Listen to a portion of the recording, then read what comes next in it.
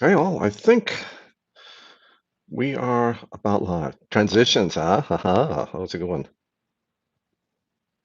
See if I can find this. Hello all. Thug Life, Tremaine Henry, Aldrig Vapor, Nefarian, Rico67, Day Flowers, Thobai, welcome back. Scott Bogfoot, dude. Andrew Moses.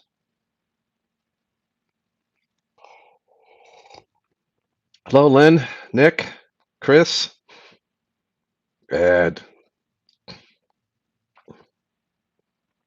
Justin, James, Brent. Good evening, all. Thanks for joining us. Yeah, I was spent I spent a couple of days kind of going through the notes and stuff and trying to memorize things, and then I realized, oh wait, I want to talk about this, or I want to talk about that, and now there's 3 pages of notes. So I'm going to be living with these through today's power hour, so my apologies for that. I will be looking away from the camera a lot to look at these notes. And let's get this down a little bit. Oh yeah, that's a totally different look. Okay.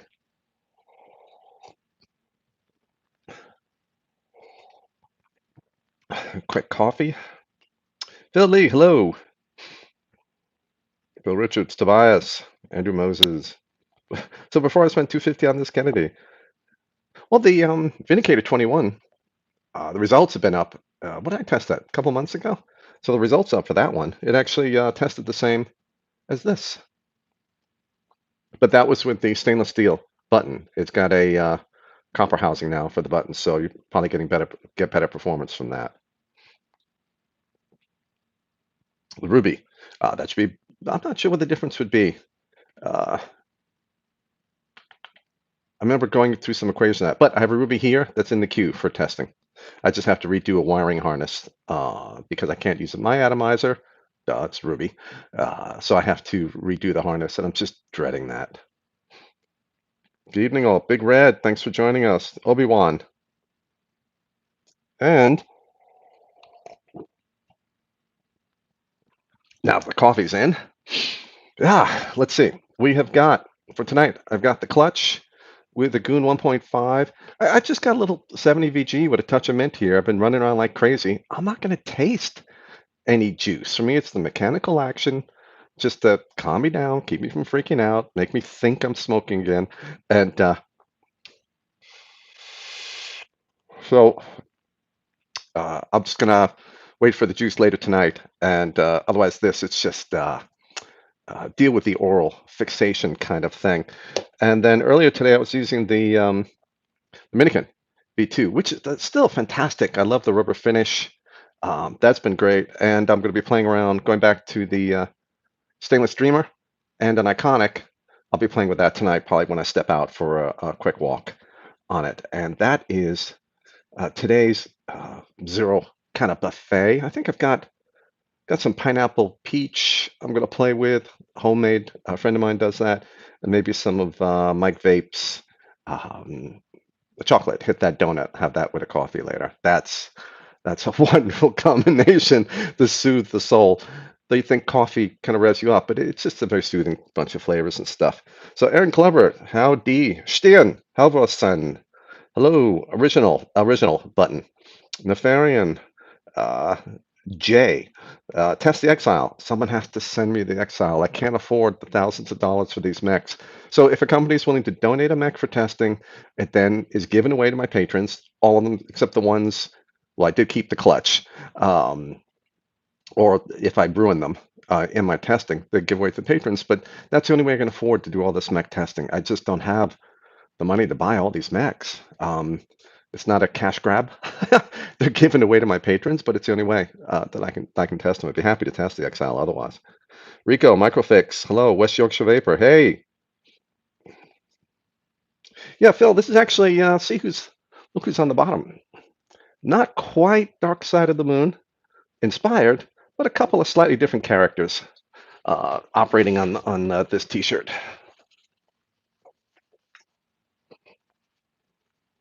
Just caught my eye. I think, who was it, Spring Tea? I forgot. When I used to have money, I went on a rampage um, for t-shirts. Okay, not an affliction rampage. I can buy 5 of these for one affliction. I'll never have Jay Hayes' budget for t-shirts, but I do like this one. Thank you, David Humston, for your kind words. Roy Godin, good evening. Godine? Godin? Godin. I'm going to stick with that until you tell me I'm making a horrible mistake for other mechs. Scott, but that might work. I like them when they're not used, though, because otherwise anybody else could say, oh, well, it's a used mech. Of course it was a lousy result. Or if I get a pristine new mech, then there's just fewer excuses people can come up with to try to invalidate the results, even though it might have zero effect. It's just easier to say, hey, I got this new, I got it from the manufacturer. Nothing. You just can't say anything bad about this. Okay, let's dive in a little bit. A few people are here now. Thank you, everybody, for joining us. And I'm trying to tilt my head to not catch the light. I have to play with the reflector card. I've gone all out with the lighting here. I have a 21-year-old 13-watt fluorescent lamp turned backwards and facing the wall, bouncing off a white wall. Haha, nothing but the best for the people who watch my videos. So since I am blind as a bat, let's see, I am far-sighted, so it's very hard for me to detect. So I need these like 9,000 power reading glasses, 3 for $10. Such a bargain. Um, I forgot what I was going to say. Anyway, I'm going to try to find a way that doesn't do that and have, actually, it's kind of interesting, have the card reflecting off. Hopefully, maybe I can come up with something. I did set up, there's hanging over my head a $250 ring light. When I used to do, I used to be a photographer many years ago, and so I have an 18-inch ring light up there for portraiture and beauty shots. I'm like, oh, that's great. Let me set that thing up. Finally, get that in, got it in place. I looked terrible. It brings out so much detail, and this is not a face you want detail in.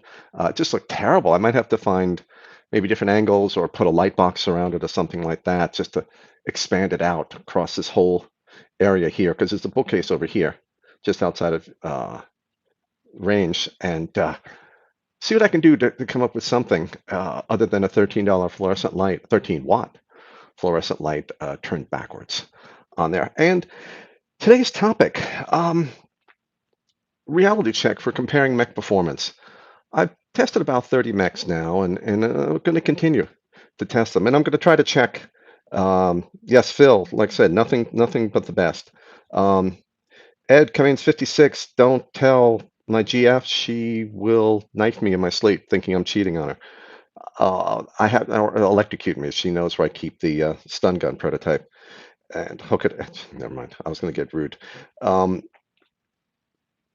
Anybody have any questions? Don't ask them now. Hold off for a little while when I can get to them, unless it's pertaining to what I'm talking about right at that time. But sort of general questions, hold off to the end. Start it with at battery space mooch and at sign battery space mooch later on, and we'll do general questions. But right now, as I'm going through, if you have any questions to ask or ask me to explain something or just kind of rant, curse me out, that's always fun. But be original. That 4-letter words, that's so boring. Call me a sheep shagging, puppy pounder or llama licking ram reamer or something like that. Originality, come on, go for it. Um,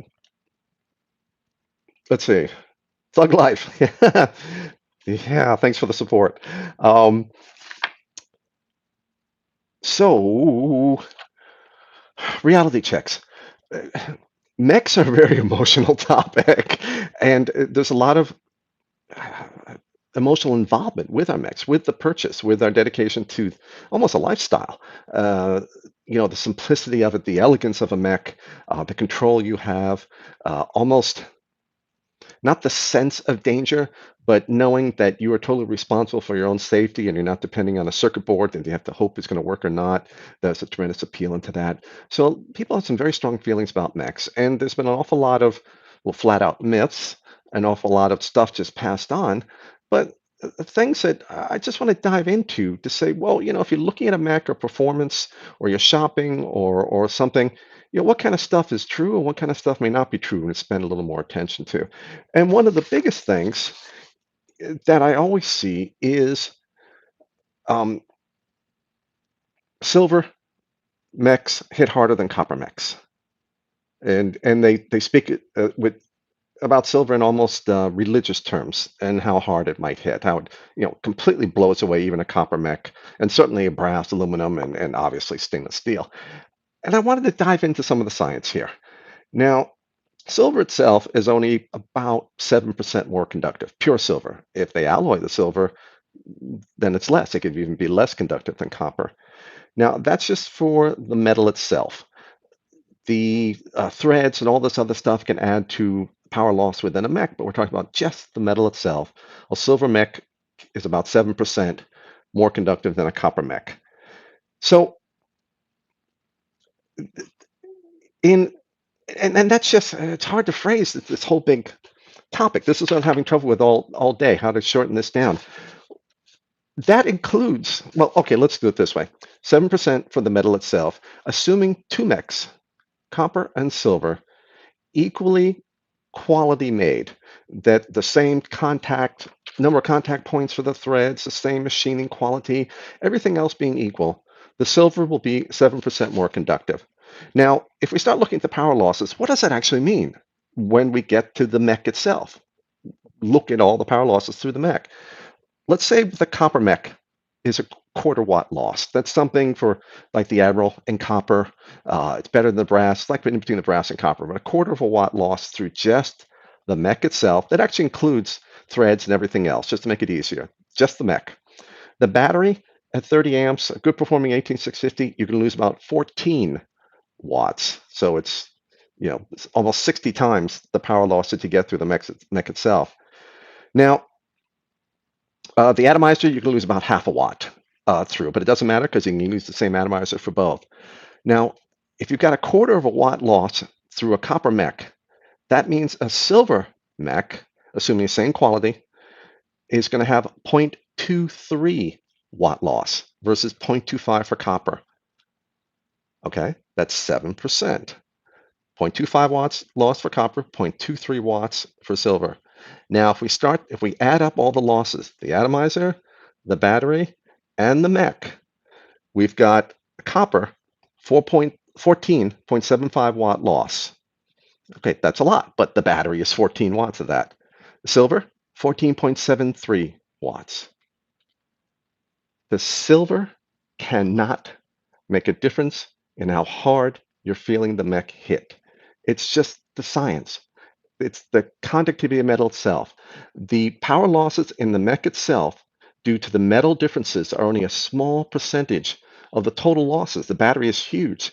So if you've got a mech at a quarter of a watt in copper and silver is only 7% better, you're only 7% better than a quarter of a watt. You cannot feel the difference.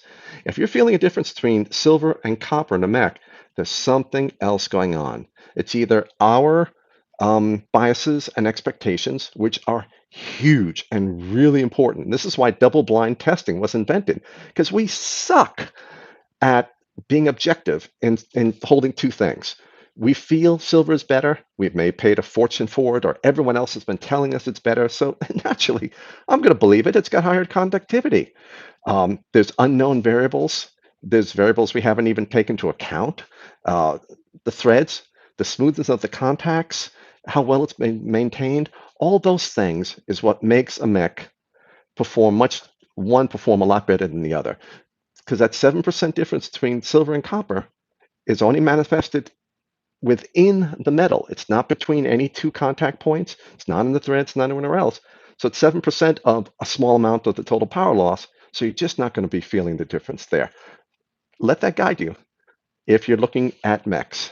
I'm going to dive into here just to take a quick peek.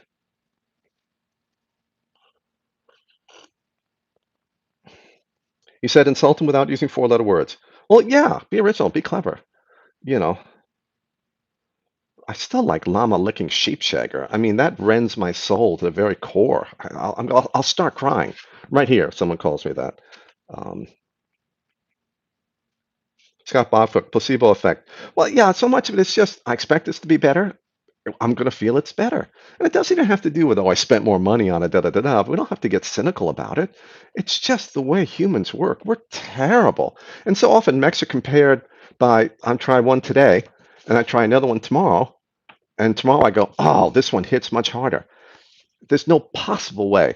We're in the same exact situation, mood, temperatures, everything else that we were yesterday to be able to do those comparisons. Even holding two of them together, it's hard enough to compare. And I'm going to go into that into more detail. So something else that you start to bump into a lot, silver plating or silver contacts.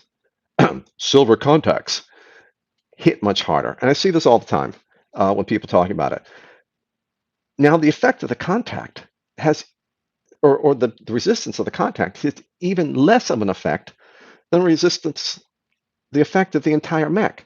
Because now the mech is only a small part of the total power loss, and the contact is only a small part of the power loss in the mech. So if you take a copper contact that maybe is, well, I don't know, 7 micro-ohms in resistance, 7 millionths of an ohm. I've measured this.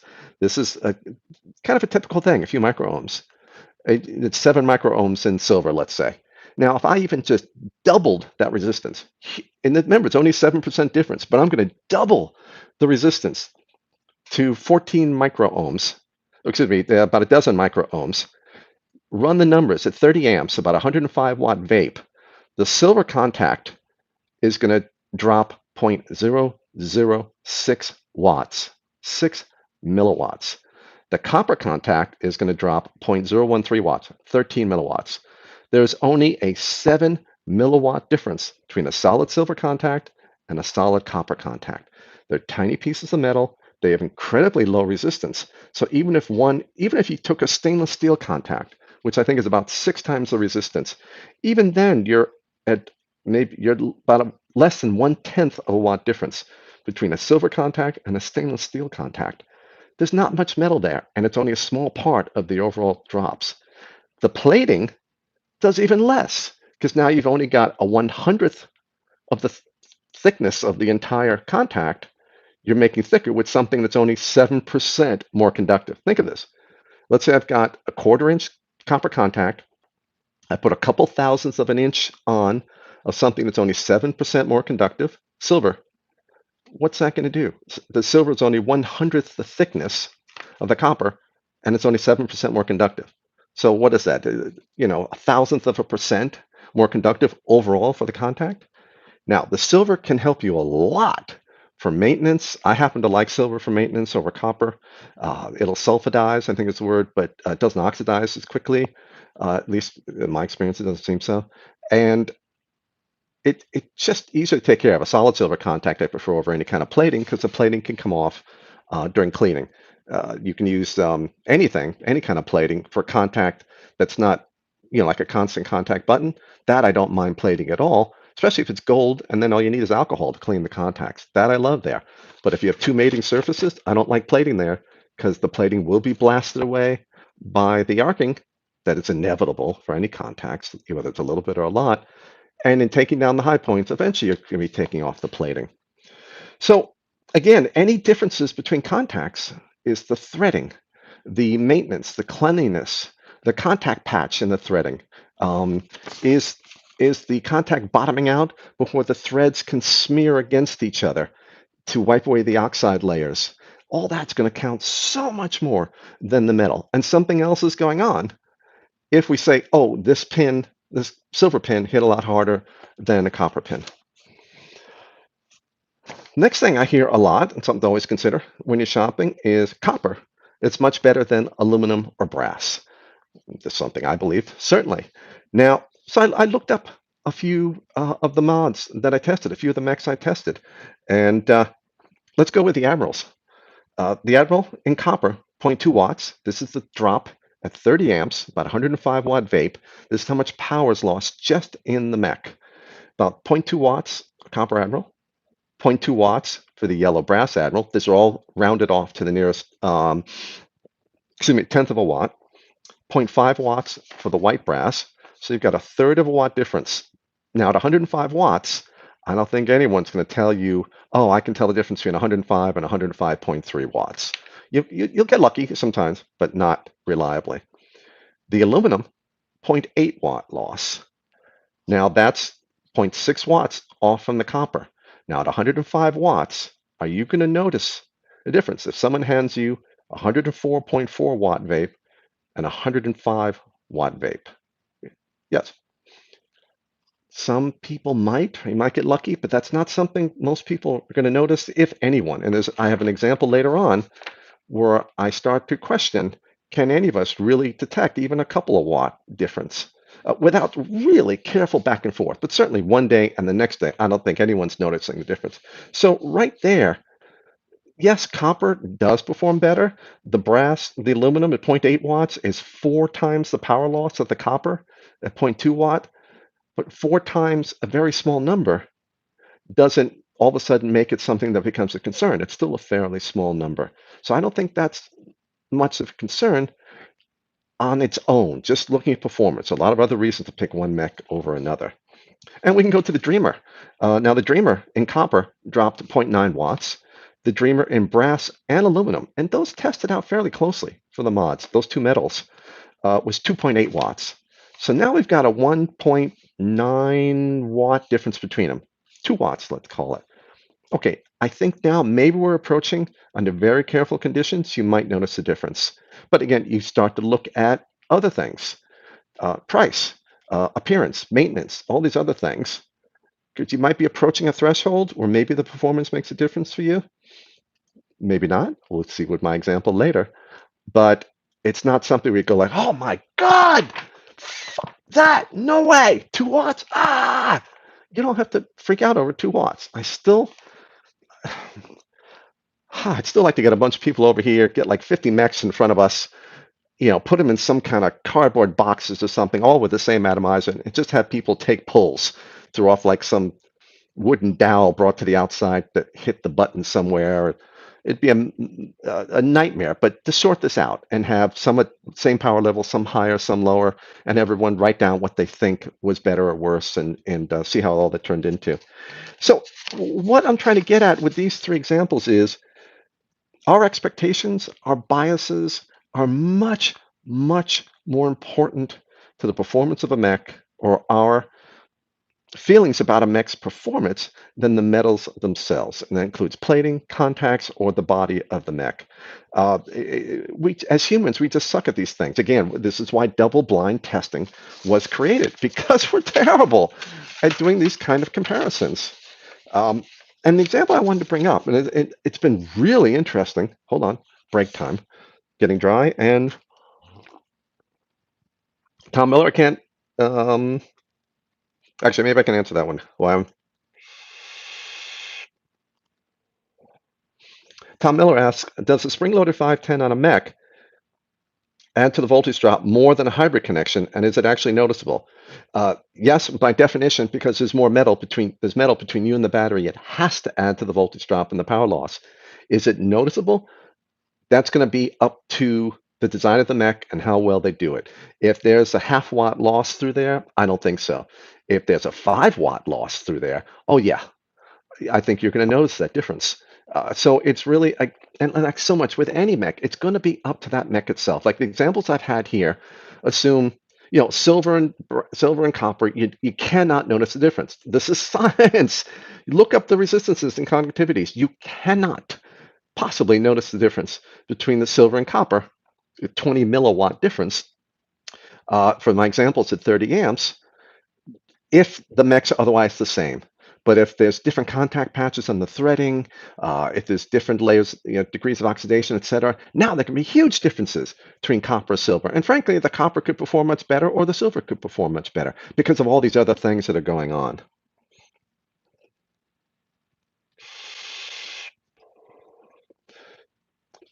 Phil Lee, so ease of maintenance is much more important. For some people, they might like the look of a mech so much more than someone may love a copper mech, and they're like, I don't care how much time I have to spend with this thing. I love all copper mechs, and I don't care about the maintenance. Others like me go, I'll give up 5 watts. It's not 5 watts, but I'll use a stainless steel. So it's, just a tiny amount of maintenance. And I'm one of those people where copper just smells terrible in my hand. I got that gene that just makes it smell awful, or smell awful to me. Tobai, a Golden Greek GGTS in 2013 compared to a new mech. How good are they? I have no idea how the Golden Greek performs at all. And it would depend. When you say newer mech, you can go with a $20 clone from Fastech that could have a 15-watt drop through it, or you can go to an Admiral that has a 1/4 watt drop through it. So it depends again, the specific mech you're talking about, and again, it's condition. A badly maintained copper Admiral might perform better than a $20 clone from Fastech kept in perfect condition. And let's start. Dakota, Simon, welcome. So let's dive into the example. It's something that I've been noticing. I have been loving the clutch. It surprised me how hard it hit. I did the testing. It drops 4.4 watts. 4.4. That is the same amount that the Vindicator does, the stainless Vindicator, with the stainless housing. There's a copper housing now. So a lot of people would be upset with that. But when you start to look at, and that's the power loss through this is 22 times higher than that through the copper Admiral. Remember that. It's 22 times more power loss. That would make most people run screaming down the hallway going, there's no way in hell I'm using a clutch. If someone marketed or came out with an ad saying, would you buy this at 22 times the power loss? Nobody would buy this thing. But you see all these people, the reviewers saying how hard this thing hits. And that was fascinating to me because this is a 4.4 power loss. And yet people are freaking out over a mod that has a 1-watt power loss or 2-watt power loss. But they say this hits hard. And I started thinking, why do we say this hits hard? And for me, I think it was a lot of, it's a box mod with just a strip contact, a tiny little 1 millimeter thick contact point. Even though it's silver, there's just very little metal here. And I think it's going to be onto a brass plate. They weren't really smooth. I think my expectations were it'll be okay. Mike Vapes, Dapo, SQ, they're not going to release any kind of junk, but it's not going to equal, Copper Admiral or something like that. So I had that kind of expectation. And I think that guided a lot of what I went into when I took the first hit from this. I went, wow, that hit pretty hard. Because I had a low expectation, when this came out to still be a decent performer, it felt like it hit very hard. If I had the expectation of this saying, oh, silver contact, this is going to perform better than the copper Admiral. If I set those expectations up that way, if I set up that pre-bias that way, and then I took a hit off this, I might have gone, oh, that doesn't feel quite as hard. That doesn't feel as good as the copper Admiral because of that 4.4 watt drop versus a 0.2 watt drop in the Admiral. For me, I got to see personally how my approach, my expectations, my biases affected how this thing would hit. And I'm seeing this with other reviewers going, this is the hard hitter. And yet it's essentially a 4.5 watt power loss through this. And I think that's a really important takeaway from this. If we can say 4.5 watt power loss still feels like it can hit hard, why are we worried about 1 watts or 2 watts? This is something to think about. And it can guide us in how we shop for a mech. Now, I'm not trying to put down anybody else's importance or anybody else's priorities. If you want absolute lowest power loss, buy that mech with the absolute lowest power loss. Get the copper Admiral or the brass. And there's 1 or 2 others that are down at the sub half watt range. That's fine. But if you're shopping and you have other priorities that you're trying to balance off with that, maybe performance doesn't have to be as tight a parameter as you thought it was. You can open that up to, okay, anything less than a 5-watt difference. I'm not really caring. If I have to spend $200 more to get 1 extra watt of performance, woo, maybe I shouldn't do that.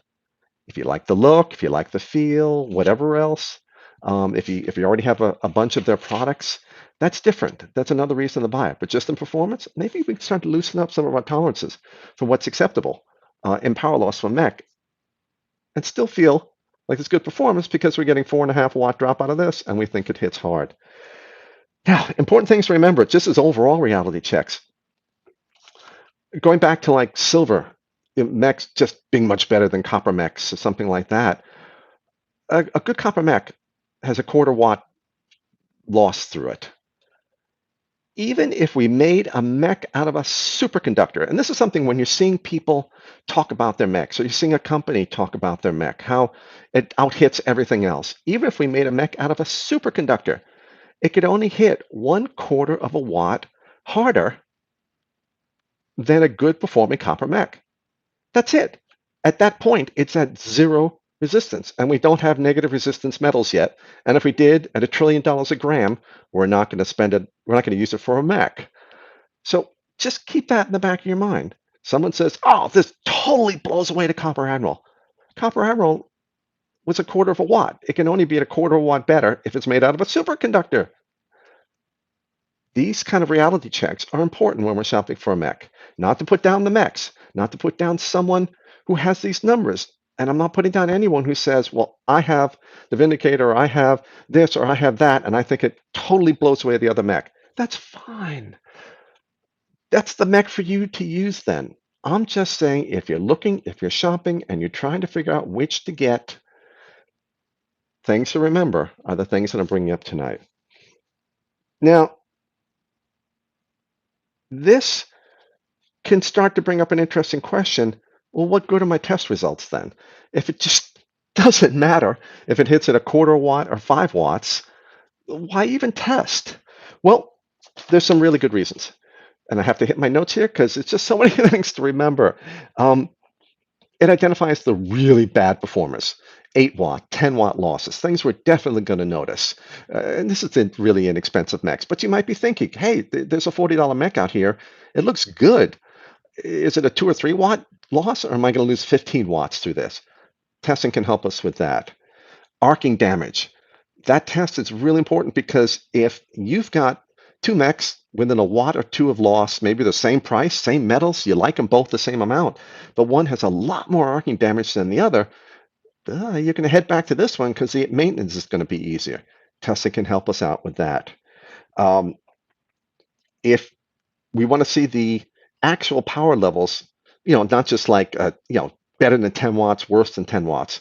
But if we see a $500 mech loses 2 watts and an $80 mech loses 4 watts, do we really want, just for performance sake, this super expensive mech?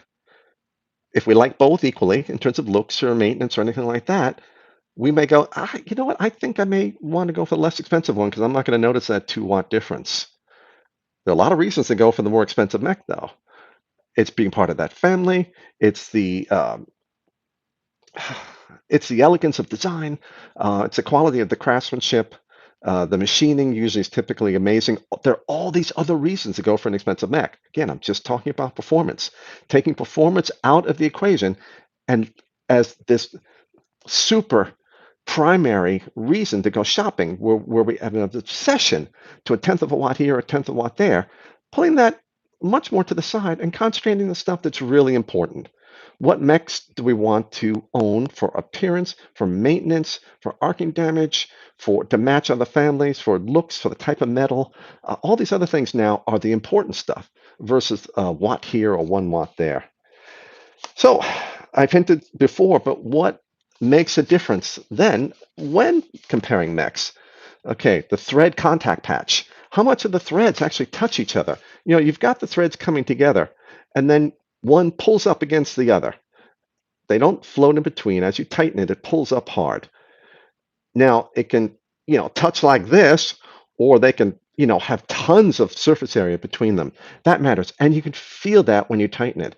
If you tighten the button on a mech and it just goes thunk, because the collar here slaps up against the body of the mech over here, before the threads really engage, your contact point is around here, around the outside. But if you feel the threads starting to wipe, knowing you're smearing the metal, you're cracking, fracturing all the oxide layers and getting them out of the way, getting a gas-tight seal between the contacting surfaces, and then maybe, it goes dunk, you feel that locking together.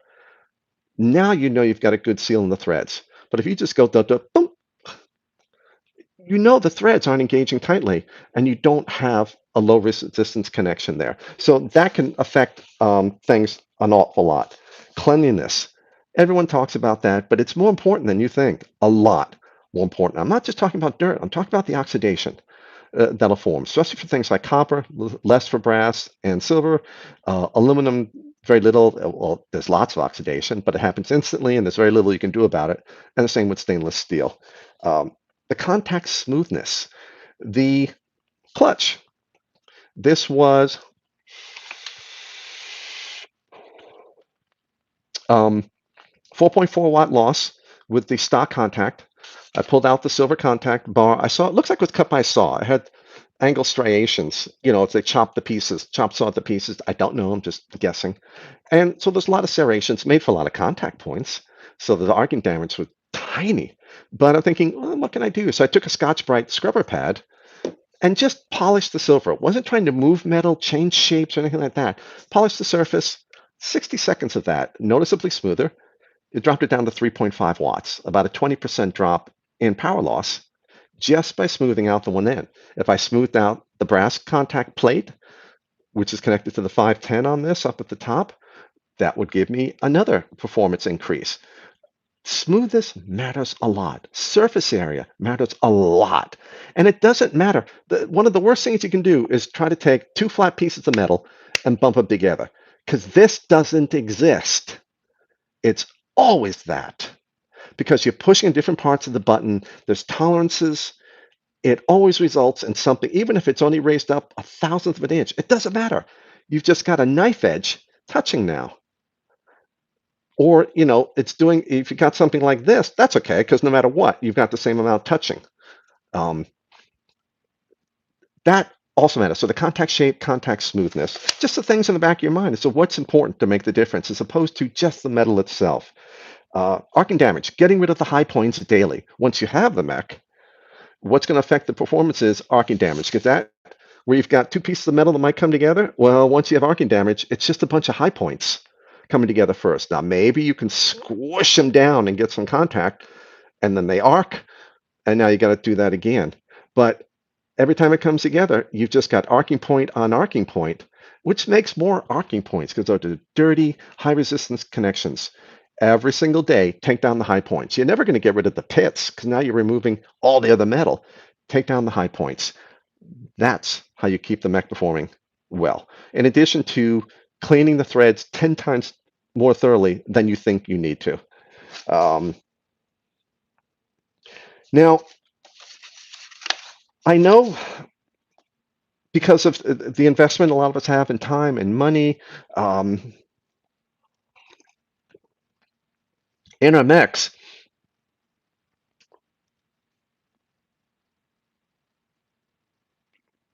Dave Bentley, my only thing is that's the power loss with a perfectly clean mech. If you're losing 5 watts of clean mech within a couple of days of use, that number could double with arcing.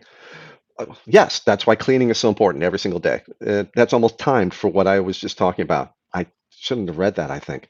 I know a lot of you, I think. I know a lot of you, I think. That's a stupid thing to say. I think some of you are now in raging fits of apoplexy going, I am wrong. That this mech hits much, much harder, and it's this metal versus those. You've been vaping for 8 years. Every single time you've done this test over that, it's always been the same. This has been better than that. I'm not trying to put you down personally. This has nothing to do with any person or any person's results. If you feel something is much better than something else, use it. That's the one to get. But the science doesn't support certain conclusions that you may or may not have, depending what you're feeling. This isn't directed at you to put you down, to say you're wrong, that you've made the wrong decision. You should have bought this mech instead of that mech. All I'm doing is reporting the information that's already here, that's already been in every single mech, but hasn't been fleshed out in this way for the community to review and say, oh, there's only a half watt difference between those two mechs. I'm going to take the one that's easier to clean, that's less expensive, and which I like the look of anyway. It's just more data. That's it, to help us shop. And you can use it or not use it. That's okay. None of it is meant as a personal attack on anyone's way of vaping. It's just the information that's always been there. And now we're starting to flesh it out just so we can make more informed and better buying decisions when we're looking for a mech. Let's take some questions. And I can get some vaping in here. Please, battery space Mooch. So I get this nice big red tag and I can see what the question is. And we've got, whoa, only 20 minutes. I talked a lot. Sorry about that. Let's see if we can bang through some questions because not another vape show is coming up and I'm not going to take a minute away from the guys.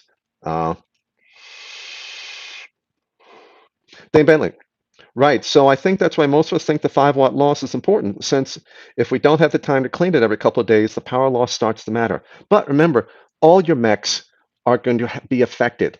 If 5 watts, if one performs 5 watts worse than the other, and that's a lot, that I think can be noticeable. Let's say it's 5 watts worse. They're both going to, all your mechs are going to start going up. There's still only a 5-watt difference between your different mechs. So it's not like one of the mechs with the 5-watt loss gets worse and worse and worse and performing than the other. They're all oxidizing and all getting dirty. So you still have that same 5-watt loss there. Kyle Hankins, are we able to clean the arc points in the battery with a Scotch pad as well? Yes, absolutely. In fact, it's great because the Scotch-Brite pads, the heavy-duty ones, not the regular kitchen ones, they're plastic. So it's not going to leave any metallic, if you use like a Brillo pad, it's not going to leave anything metallic under the top contact of the battery. I've noticed that I have some dark spots in my negative bottom of the battery. Yeah, Scotch-Brite pads are great for that. Now, that's stainless steel. Takes a little more effort, but definitely, like before every mech test, I do Scotch-Brite pad on the top of the bottom, damp alcohol wipe on my on the batteries before every test. Dave Hunston, how much drop is caused by spacers and stacks? I only got a few micro ohm resistance through the metal itself, and now there's also resistance between the connection between the spacer and the other one, but very little. There wasn't anything appreciable. Certainly not anything to make you go, whoa, this stack thing is bullshit. It doesn't mean anything. I think it's going to be a fraction of a watt at the most, assuming there's a really poor contact between the shape of the contacts of the battery. Like some batteries are kind of convex in the bottom and they have a nub at the bottom. So just the nub will touch the spacer. Even with that, I don't think you're going to have anything noticeable in power loss. Dane Bentley again, as well as power loss, you are losing battery life with something like stainless as well, correct? No. 30 amps through a stainless mech is the same as 30 amps through, let's say, actually you can't do constant current. 3.7 volt battery through the stainless mech will actually draw less current from the battery because of the slightly higher resistance than 3.7 volt battery through a copper mech. Now, what's important is if the voltage drops just aren't that different on there. If it was a big voltage drop, then your ramp up times would be affected and you'd be taking longer pulls and now your battery wouldn't last as long. But it's just not, there's very little difference in voltage drop. What, 100 millivolt, 0.1 volt difference or something? Your ramp up times aren't going to be affected by a mech unless it's some ridiculous amount of loss for one mech versus another to cause a difference in ramp-up times. Kenneth H., thank you very much for the super chat. Hey, Mooch, not a smoker, but love your battery reviews. Heard the FDA is getting rid of flavored juice. Any opinion? Have you tried Nitecore batteries? Nitecore, yes, a lot of them are over-exaggerated, exaggerated ratings. You have much better options than Nitecore. I don't know what they're wrapping now. It's been a long time since I tested them.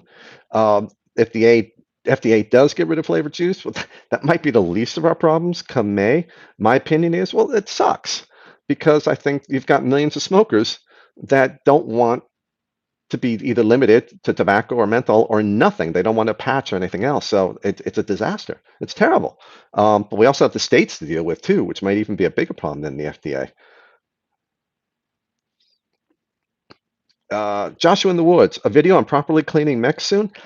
I don't know, because there's so much. I just say use Scotch-Brite pads and alcohol and everything. I might now. Well, actually, I give away the mechs to my patrons. I have a couple. I might be able to do it. I'll think about that. What can work out? I would love to have a big pile of mechs to show maybe differences and good things to do and bad things to do in different types of mechs. But I just have so few mechs that I give them away to my patrons after testing almost all of them that I don't have a lot of things to do a video with. And let's see, West Yorkshire Vapor. Will you be testing the performance difference in power between 18650 mechs and 21700 mechs? Check my table. At least for oh, this includes stuff with adapters, but you can check just overall. Right now, nothing, and there's nothing that would make a difference. You've got slightly wider contact. Maybe you've got 6 micro ohm resistance instead of 7 micro ohms. You've got more metal on 21700 again, but if it's 9 micro ohms here versus 10 micro ohms here, it's just not making a difference. Much, much more important than the size of the tube or the metal of the tube, how the thread's done, how is it maintained, like the smoothness of the contacts, all that stuff. Much, much more important than the battery size or the overall size of the mech itself. Scott Bogfoot, if you don't mind me asking, what's some of your interest outside of vaping or work? Not a vaping related question, not a problem. Photography, certainly. Uh, my day job, the electronics, that's my hobby, but I turned my hobby into my day job. Um, I did a lot of numismatics, coin collecting when I was a lot younger, and so I still have that, and I'm still fascinated by the history.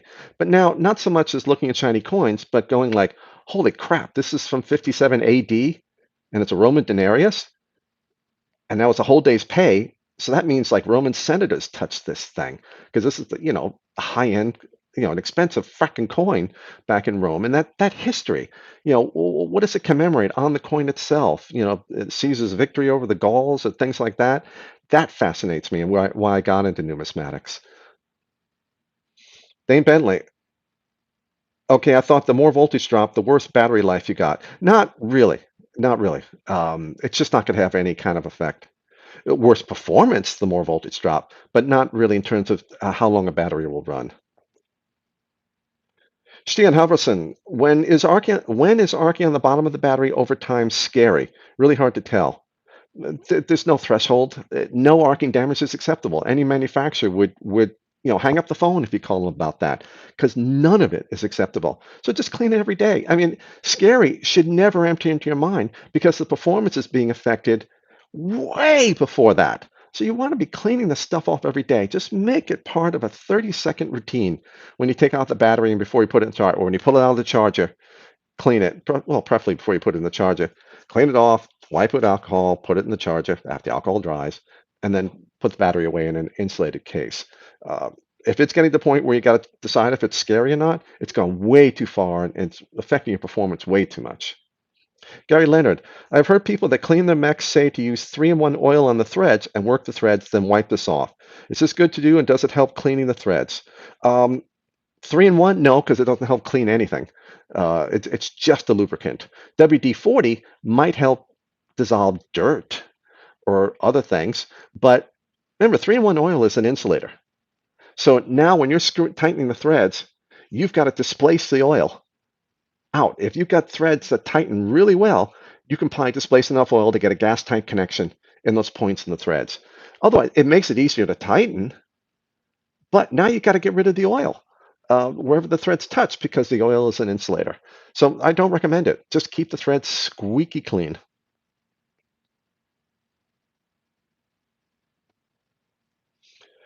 Ubermensch, got my first mech a year ago and it finally helped me quit smoking. Just wanted to say your advice, especially the post where you showed the cleaning pad you use has been invaluable. Thank you for your kind words. I love the Scotch Brite pads. I use them on freaking everything. Stian, you meant pitting.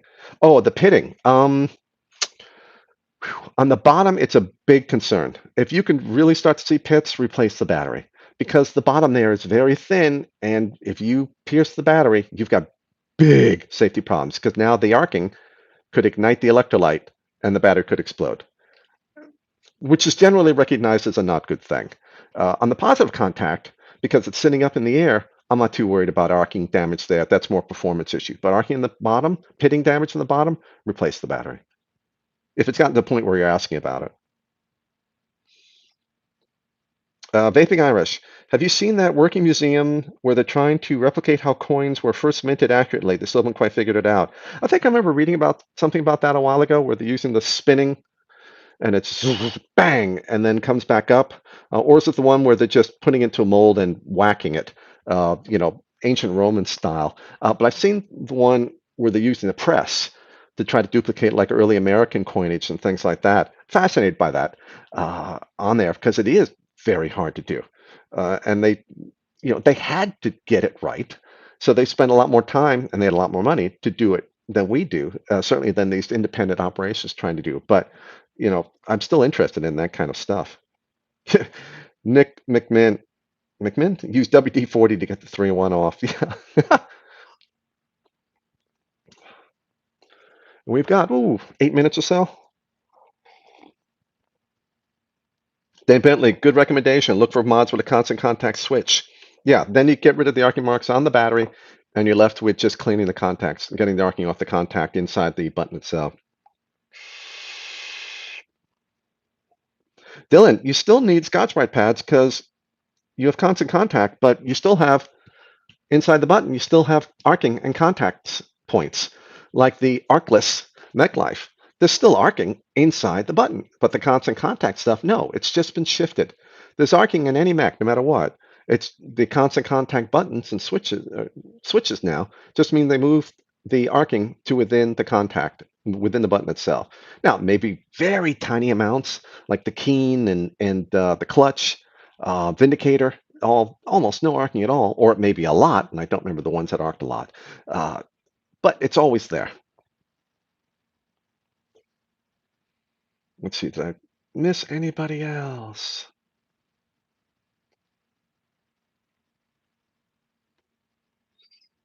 I think that may be most of it. But we still have 8 minutes, so certainly if you got any last questions, get them in now.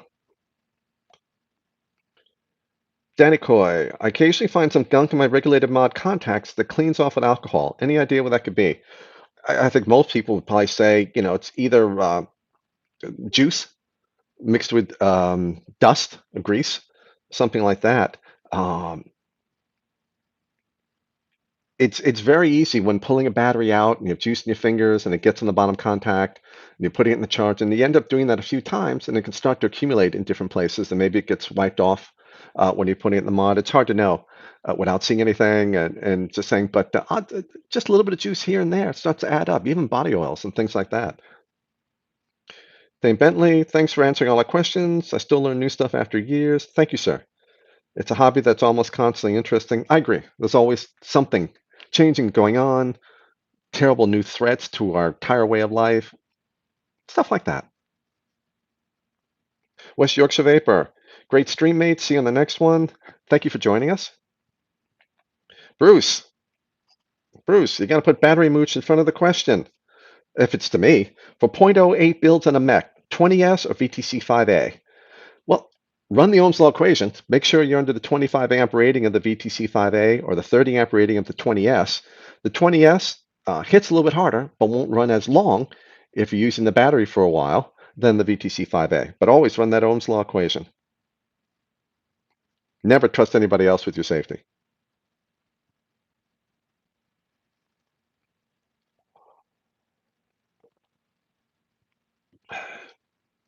Scott Bogfoot, thank you, Mooch. Everything you do for us is very appreciated. Thank you, sir. 5 more minutes here, and then we'll jump off. Make sure when you head over to Vapor Fagan channel, another vape show, make sure, I heard they have lots of topics for tonight. Just tell him Mooch sent you, and you're here for all the topics that he has. Dylan just got his clutch, and he loves it too. Yeah, this thing, just a great one, and just so much tinier than I thought it would be. Chris, thank you for joining us tonight. Costello, mechs seem like the most dangerous way to vape. Why not discourage them? Because they're not the most dangerous way to vape.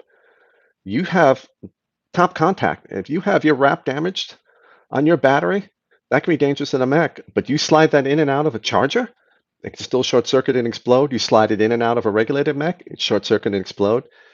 2 batteries in a regulated mod that runs them in series, if there are tears on the side, you will short circuit one of the batteries. If the regulated mod fails because it's not well designed, you can also have a problem. The mechs aren't some kind of dangerous thing here, and regulated mods aren't some kind of safe thing here. They both have pluses and minuses, and you just have to be willing to be conscious of what those are and what you have to do to use regulated mod safely, or as safe as you can. There is no safely, and a mech mod. Mech mod requires a little more knowledge, but then you also have more control. For a regulated mod, you can go with less knowledge, but you give up control and you have to trust the electronics, which may or may not work out for you. 999,000 times out of a million, it works out just fine, though. Stuart, thank you, sir.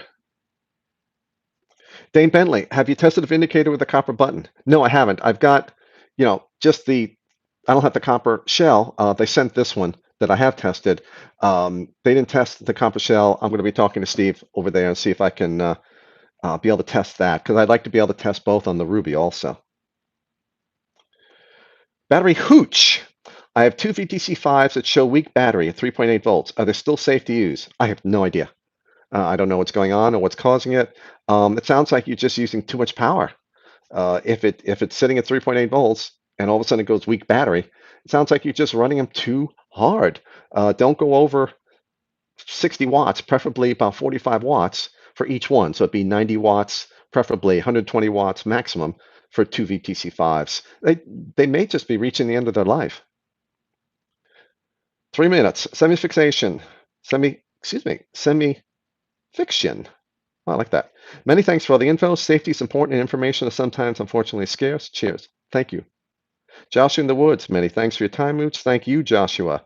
David Humpson, do you think batteries will get better and better, or is there an increasing risk of fakes? Yes, and yes. There will always be an increasing risk of fakes, or at least a constant risk of fakes. But batteries will keep getting better and better and better. We just always have to be vigilant. It's buying from a known, trusted vendor. If you shop for batteries by price, you're really asking for trouble. They last a couple of years. The last thing you should be thinking about is price. Use it every single day. Just to have the peace of mind, that's worth more money, I think. Tom Miller, what's the average lifespan of a battery when you're running an average of 25 amps and charge at least once per day? I can't give you something that's specific. It depends on the battery. If you run about 3.7, 3.8, that's probably around 3.3 volts would sag and then it come back up. So you're not just charging them very deeply, you're charging them slowly. The lifespan, it could be 300 cycles, it could be 2,000 cycles, because you're doing partial discharging cycles here. There's no way for me to know. There isn't an average. I don't have any particular data for that, and it depends on the battery too. And things like storage, temperature, all these other things. But I would expect, boy, if you're getting less than a couple of years out of that, something else is going on to shorten the life of the battery. And let's like two more questions. Dane Bentley, okay, curious if the copper housing matters. Any preconditions? I don't know what the preconditioned reference is. The copper housing will probably make something of a difference, but I don't know if it make a big performance difference.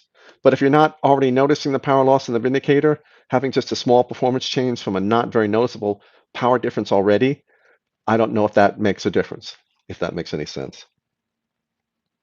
Dakota Simon, Molly cell all day, every day, battery mooch, do you agree? For best all-around performance, yes, I'll say the Molly cell P26A and P42A for 18650 and 21700. But hardest hitting cell for a mech is the 20S and the 30T.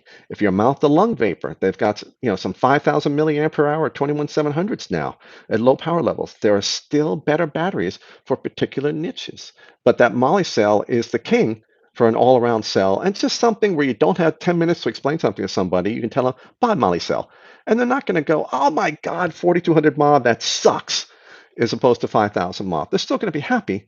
And when they learn more about batteries, they can go, oh, I can get this 5,000 mAh, get a few percent more vaping time. I'll buy that one next time. Andrew Moses, give me the whole thing here.